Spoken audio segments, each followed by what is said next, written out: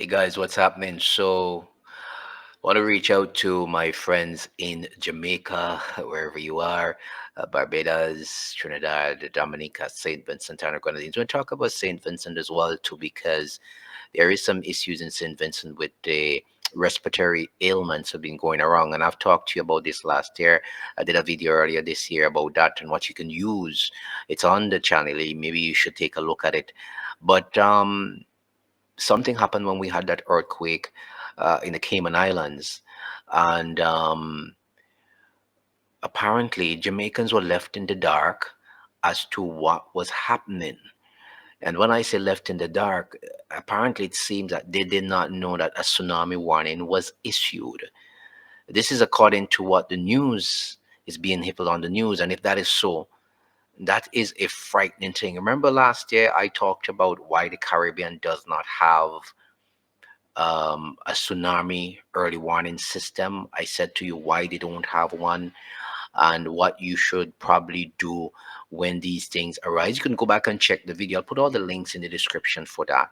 But this is one of those things which I think the government should really get a beating over. A release posted on the social media platform of the Office of Disaster Preparedness and Emergency Management ODPEM at 10:40 p.m. acknowledged that Jamaica was issued an advisory for a possible tsunami wave. However, the main areas for concern were Honduras and the Cayman Islands. In a statement this morning, Opposition Shadow Minister of Local Government Natalie Nita Garvey questioned the scope and speed at which that information became available to the public, while speculating on what it may portend should Jamaica ever face such an environmental threat. Yesterday at 6:30 p.m., Jamaica was placed under tsunami alert.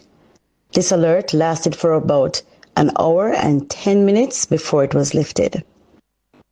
But let me be clear, during those 70 minutes, the people of Jamaica heard absolutely nothing from their government or from the Office of Disaster Preparedness and Emergency Management, the ODPEM, the very agency responsible for keeping us informed and safe.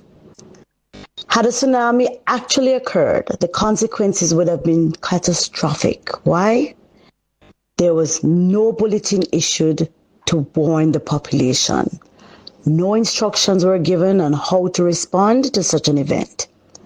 Nothing, save for a release over 3 hours later, which informed us as an advisory, but denied that there was even a warning. The ODPEM release indicates that the tsunami advisory was at no point elevated to a warning for Jamaica, whilst also providing insight into the protocols involved in such a scenario, stating that ODPEM, in conjunction with the Meteorological Service of Jamaica and supported by the JCF, made notifications to both the national and parish response mechanisms before an all-clear bulletin was subsequently issued for the region. However, Nita Garvey asserts that Jamaicans were largely left in the dark during the period.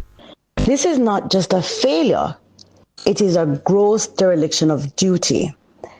The Ministry of Local Government and the ODPEM have acted in an extremely irresponsible manner, leaving our nation vulnerable and in the dark during a potential crisis.